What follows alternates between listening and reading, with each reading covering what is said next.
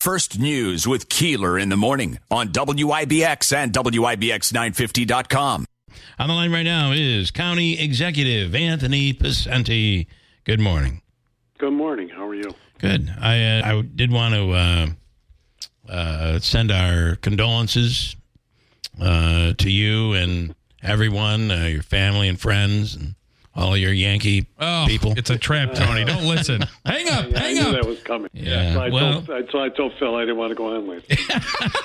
I needed some time to recover. All I can say, though, is, I read this morning that despite some of the managerial mistakes that were made, that I feel were made during that, and then... Oh, yeah, they picked up his 2025 option. Despite that fifth, They'll never learn. They will never learn. So as long as Hale Steinbrenner has 55,000 people every game in that stadium, he doesn't care one iota about this, about winning. He doesn't care. I figured that would get Andrew going this morning. So. Yeah, there you go. See, you got them all wound up. Terrible. I took the brunt for you, Tony. Maybe this Dodgers team was just... They were. We talked about it. I remember. I think I said it's either going to be a sweep or maybe the Yankees can pull it out in 7 games. But it was just. I think it was. But the meltdown was. The meltdown was bad. Dramatic. And the funny part of that. Seen anything like that. I haven't either, and it may be the worst half inning in Major League Baseball World Series ever. Yeah. You can always count on the Yankees as good as they've been over the decades and the century and everything to set another mark for a horrific play. And everybody's still smarting from 2004 when they were up 3-0. I mean, let's not forget that. So they've been known to set marks that no one wants to remember. And up to that point, they looked so good in that game. And they really did. Judge with that catch, and then, I know. And then he drops a fly ball. I just don't understand how that happened. Yeah. Well, actually, I do. I'm a Mets fan, so I do understand. Yeah. All right. So there is a rumor going on regarding a golf course in Rome. Do you want to talk about that? Yeah, I guess like all things, they're the best kept secrets that don't exist in our community, and it's okay. I guess. Look, we have been.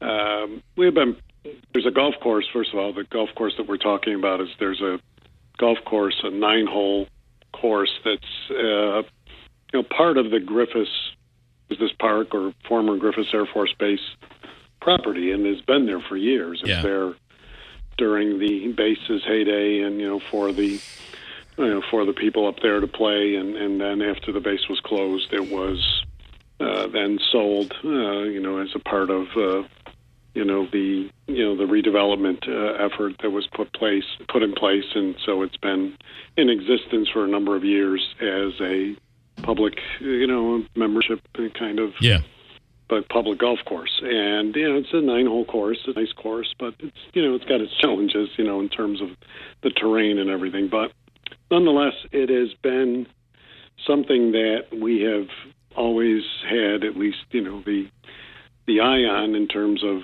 future development. And the Triangle property that we have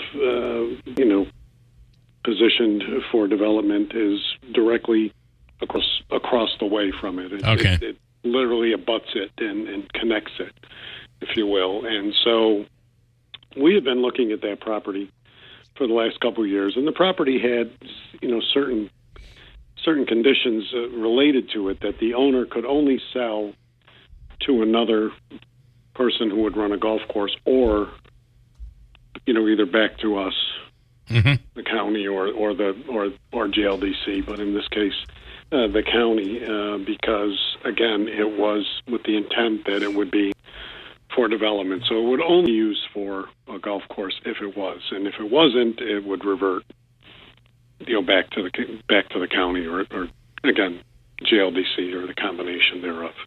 So we've been pursuing this for the last couple of years. As we were positioning and developing the Triangle for the grant that we received, and for the connections that we are looking to put there. And so it kind of got a little escalated from on my end, just when looking at what we needed to do on the Triangle property in terms of connections of electricity, of water, of sewer, and looking down the road at that parcel being so valuable and being connected, that I kind of stepped up our interest and our pursuit, and ultimately an agreement, because I felt that if we're going to be investing, what will amount to millions of dollars in site preparation now, as we begin, and we had begun, the process of that on the Triangle. If we need it for that parcel, we should assume it now rather than 2 years down the road and go through this whole process all over again. So that's why we pursued and have an agreement in place now. As we do these things, I still have to go through the Board of Legislators for approval. Right. So that's why we didn't do anything publicly until and the owner has every right. There was no non-disclosure or anything. The owner who's a wonderful man and a good citizen and businessman in the area, had every right to, he had to tell his members, because he does have members there. They do have leagues there. And that is the other Mike DeSalvio? Mike DeSalvio. Yep. And the other thing is, we didn't want to wait until next spring and then all of those, I forget the number, there's over 100 members, which, is still significant for a course of that size, that, we didn't want to wait till next spring and then say, okay, we're going to, now you got to tell them that. So it just got escalated because, we've been talking to, and we've been in discussions with, a few interested parties, and so the triangle and the golf course attached becomes a much more attractive parcel. One of the rumors that came across our desk here is that I immediately, I didn't want to speak on your behalf, but I kind of did, and then spoke with your office that there were the housing was being built for migrants. I think any construction that's happening right now is rumored to be for migrants. Do you want to address that? I'd be going against your own order, I would think. Yeah, it does. Well, that's the thing. I mean, I still believe that, I don't know who comes up with these things half the time, but if they just look every 5 days, we're still in, the orders that I put in place over a year ago, going on 2 years, it will be, that, restrict, any facilities, to house migrants. And so why would I, or the county of Oneida, buy a parcel to build for migrants? I mean, it's just... Well, even in that location would be strategic. It doesn't require an answer. I mean, it was ridiculous. I don't know how... when things happen, the rumor mill just runs rampant, and that one was kind of interesting. Yeah, that's what came out of it. So no, that's not at all true. Can I also ask what is being? So I know there's construction being done at the exit of the thruway in Utica, and the entrance and exit. So is that just the beginning phase? Is there more coming? What is the game plan over there? Yeah, that's really the beginning phase of repairing the bridge that goes over, the... Oh, okay. Over, in the North Utica area there, or over, from the thruway. So that is still not the redesign of the thruway exit. Okay. Which is still ongoing. When that is done, will you be able to get off the Utica exit and get on to the 49 arterial? Or will you still have to go around by the grocery store? Yeah, that's part of that's part of the design phase that they're looking at in terms of how the easiest way to maneuver that, so you're not just doing loop after loop, and that you can have a much more direct shot onto 49 and connect to Route 12 and all the like. So there's much more to be done, and that's on the engineer's table right now. Because that would, with the proper, with linking that, it really would make the Utica exit a Rome exit as well. I mean, it is, but it just doesn't feel that way because you have to get on, you have to get off and get on Genesee Street. And it is, and it's the difference in a lot of other throughway exits where you continue without getting off and then back on. Yeah. And, some of them work that way, but, it would be, especially when you have, the corridors of 49, that, connect to Wolf Speed and the like, or Route 12, north or south. Yeah. I mean, the easier way to get to both of them would, off the thruway would, also help out, any of the congestion, in the North Utica area or even, on Genesee Street. So. And then we want to ask you, do you have something further on that? Well, no, not further on that. I was probably going to ask what you're going to ask. Okay. We wanted to ask you on the St.Lukes property, and I know that, Sure. there have been several meetings, and we're kind of getting down to a concept here. Where are we currently, and what are your thoughts on it? Well, we've had, we started this process back in January and have had numerous meetings and actually 4 community meetings in which we had input from and invited the public, the stakeholders, homeowners in that area, or anyone that, for that matter, that wanted to come. But focusing on the homeowners and the businesses located in that corridor to come in and let us know what they thought the next, the vision or the next piece of that parcel could look like after, or through development. So we've been ongoing for a number of months with that, and a lot of input, a lot of great ideas and different suggestions from people. No migrant housing, so just to be clear. Yeah, just in case. The biggest migrant hotel in history. But it was, so the concept that has been outlined, and again, remember, this is a concept.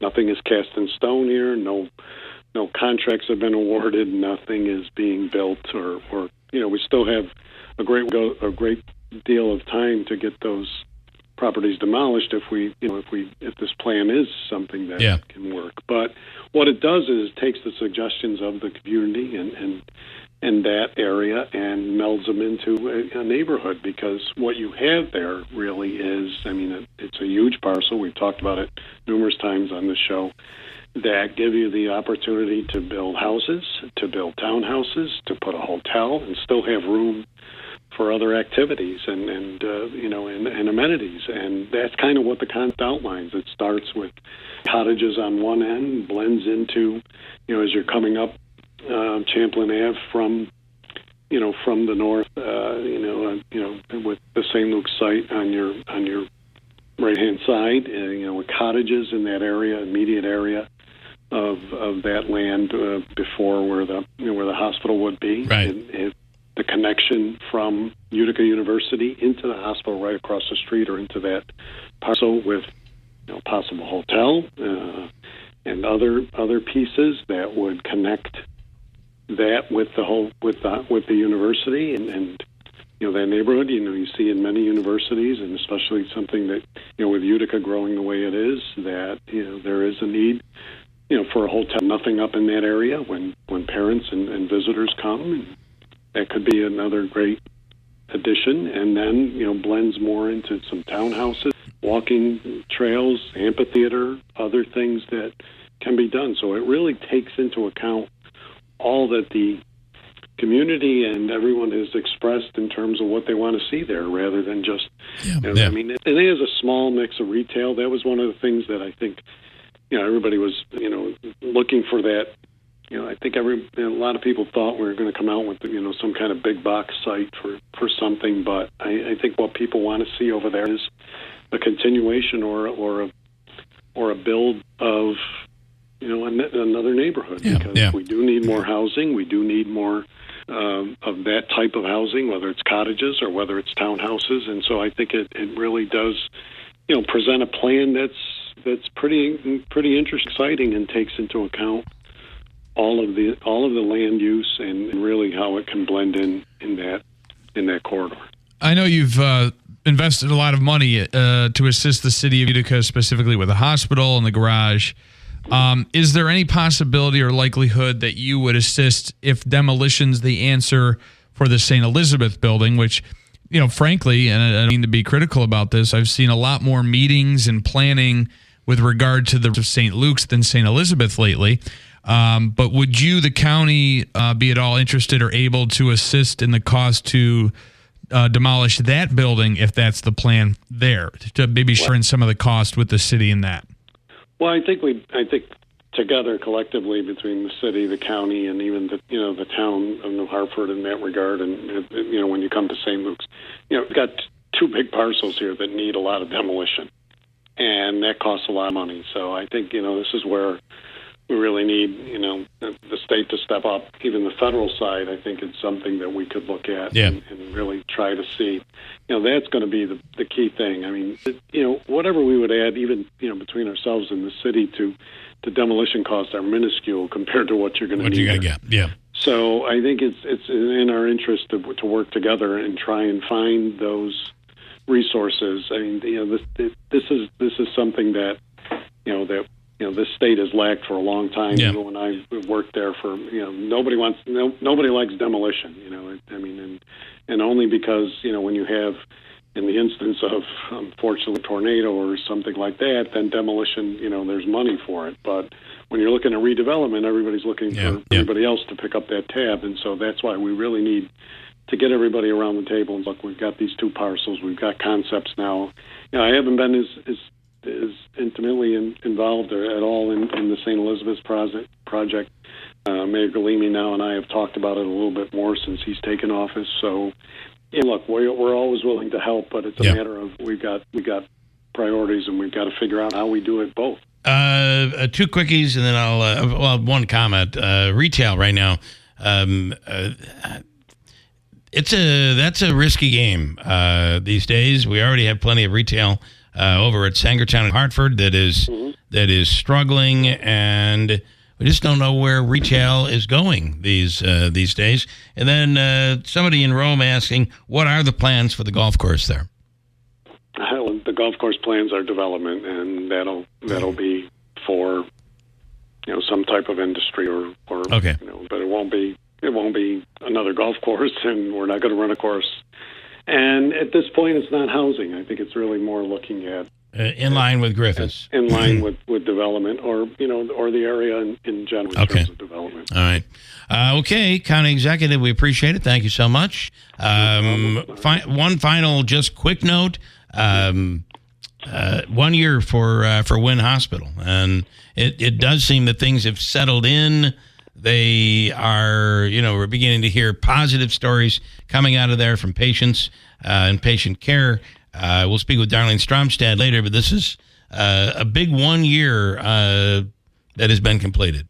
It is, and it's hard to believe it's gone by that quickly. It seems like we just cut the ribbon on it, but and with all of the other pieces, and finally, as I joked the other day, in fact, I was at a meeting at the hospital with some of the EMS people that, in the hospital had appreciation breakfast for them. And, I joked that, after building what turned out to be the longest built garage in the history of the United States, or whatever, we're open there. It's completed. It's, we're, going to be, finalizing the gates in the next month and everything. But once all of the dust settled there and everything got cleaned up and put in place, I think that toned down some of the other rhetoric that was out there. But I think the hospital has really in the year made some great strides. It's really tough. I don't think people gave them enough credit going from two facilities like that into one, and the ability that they had to make it work the way it has. So, hats off to them. That there's always struggles. Healthcare's in a real bad situation right now, and it's all across this state and the United States, and really needs a lot of help. So, County Executive Anthony Piceni, thank you so much. We got to say congratulations, 15 out of 100 for New York City Power Rankings for leaders. Okay, don't forget that. I did not see that. Yeah, that was a very nice thing about that nice honor. I mean, to recognize what we've been doing, and to be included in that list. It was pretty exciting, and I'm very, very appreciative of that. So. And that is the 2024 Upstate Power 100 from City and State. City and State. Got it. All right. Well, congratulations. Top 15. That's pretty good. It is. Yeah. Yeah. All right. Great job. Appreciate it. We'll do it again soon. Okay. Take care, guys. All right. Thank you. Thank you. County Executive Anthony Pacenti.